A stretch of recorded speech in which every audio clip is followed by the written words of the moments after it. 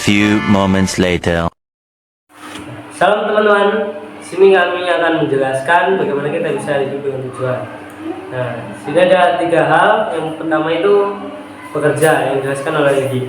Oke, bekerja merupakan rancangan Tuhan. Bekerja adalah perintah dan berkat yang diberikan Tuhan untuk umat manusia. Bekerja adalah hal istimewa yang diberikan Tuhan untuk umat manusia. Hal istimewa tersebut adalah di mana kita dapat meneladani sikap Tuhan yang bekerja tiada hentinya.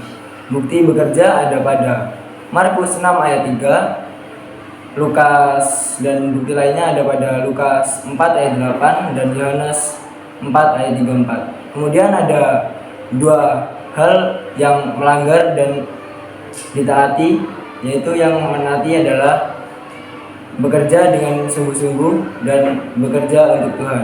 Kemudian yang dilanggar yaitu bekerja dengan tidak bersungguh-sungguh dan bekerja dengan bersungut-sungut. Sabat itu hari yang diberikan oleh Tuhan untuk kita bisa beristirahat dan beribadah. Dan dari beribadah itu kita bisa mengenal Tuhan lebih dalam lagi.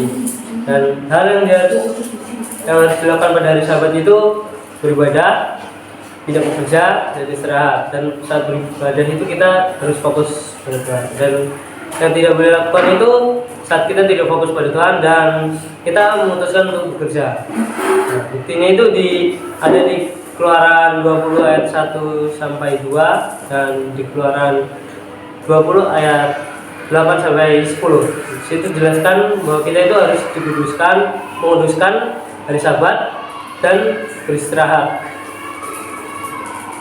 Nah, selanjutnya yang terakhir yaitu ada seksual dalam rumah tangga.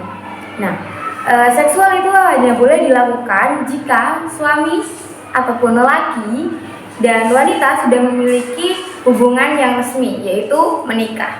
Nah, dari hubungan suami istri tersebut dapat mencerminkan keberadaan Tuhan sebagai Tritunggal, mulai dari kepemimpinan, mulai dari ketundukan dan cinta, lalu ada komunikasi yang diterapkan oleh suami dan istri.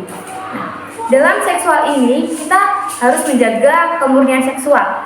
Nah, kemurnian seksual itu bukan hanya menjauhkan kita dari aktivitas seksual, tapi kita juga menjaga pandangan, pikiran, serta hawa nafsu yang ada dalam tubuh kita masing-masing.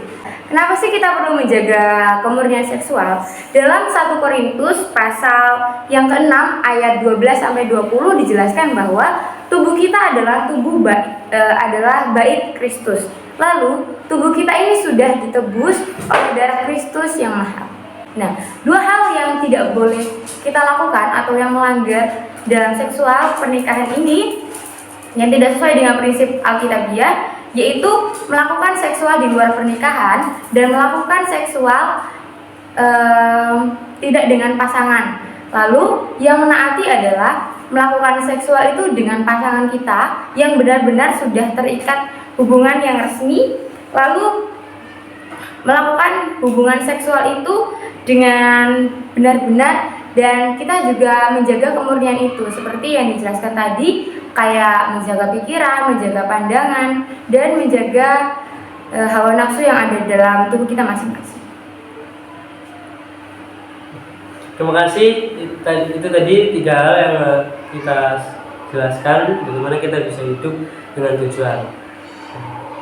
Terima kasih.